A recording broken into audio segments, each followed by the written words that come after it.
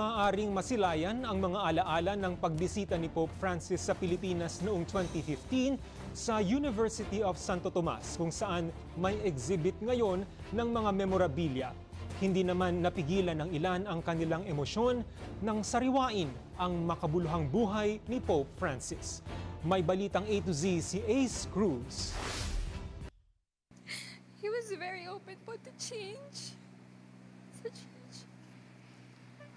He was very kind and humble. Hindi na napigilan ng second-year medtech student na si Venice na maiyak nang bisitahin ang Pope Francis exhibit sa University of Santo Tomas o UST main building. Itunaan niya ang kanyang pagkakataon para magbigay ng mensahe sa yumaong Santo Papa sa pamamagitan ng dasal. Isang araw bago siya tuluyang ihimlay sa Santa Maria Maggiore sa Roma, alas 4 ng hapon oras dito sa Pilipinas. He affected us a lot po kasi siya rin po yung parang Pope na na kinalakyan po namin kasi parang dati po siya lang po yung lessons namin sa theology, ganun. Because now that he's actually gone, it just feels weird po.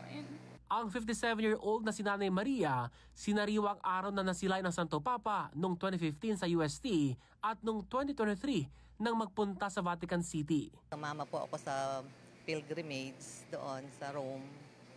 Lalo palang nakakakilabot kasi halos face-to-face naming nakita si Pope kahit medyo weak siya noon. Talagang tinry niya yung best niya na lumabas on a Wednesday. Yun talaga yung labas niya ng parang nakakita ng santo.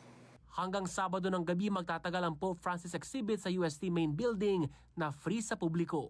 Nasa paligid ko ang mga memorabilia ng dumalaw si Pope Francis noong 2015 dito sa UST, kabilang ang kanyang mismong inupuan na may katagang pastor bonus o yung Good Shepherd, maging ang mga ballpen, yung mismong guest book na kanyang nilagdaan nung siya ngay bumisita dito, at siyempre yung ID na mismong sinuot niya na may katagang administration dahil siya nga mismo ang tinuturing na pinakamataas na opisyal ng paaralan ng universidad dahil isa itong Pontifical University.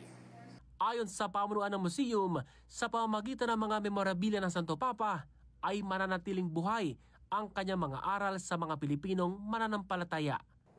Kahit papaano, napalapit tayo sa vicar ng Diyos sa lupa through the objects na siya mismo ang gumamit. Pagkatapos ng Sabado, ibabalik ang mga memorabilia sa loob ng UST Museum, katabi ang isa pang upuan na ginamit naman nung magpunta si Noong Pope John Paul II na ngayon santo na.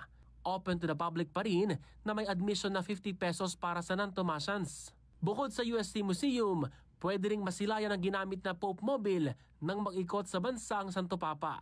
Hindi gaya ng ibang Pope Mobile, idinesenyo ito sang-ayon sa request ng Santo Papa. So, hindi siya armored, open type para ma-reach out na yung mga tao. Tandaan nila ito ng pagpapakumbaba ni Pope Francis at kagustuhang ilapit ang sarili sa mga tao.